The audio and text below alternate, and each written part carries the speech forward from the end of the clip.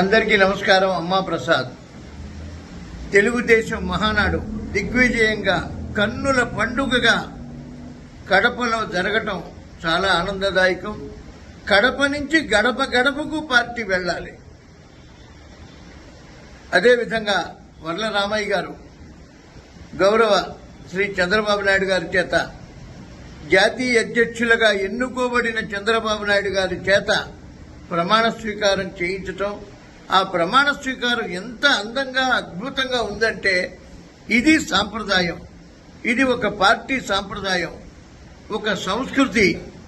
ప్రజలకు మనం ఏం చెయ్యకపోతున్నాం, ఎలా ఉండబోతున్నాం, మన విధి విధానాలు ఏంటి, ఎందుకు ఈ పార్టీ పెట్టారు అన్నీ కూడా ప్రమాణ స్వీకారంలోనే తెలిసే విధంగా ఉండటం చాలా ఆనందం కలిగింది.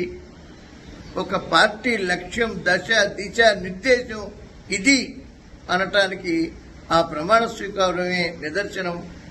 చంద్రబాబు నాయుడు గారికి మరోసారి శుభాకాంక్షలు తెలియజేస్తూ అమ్మా ప్రసాద్.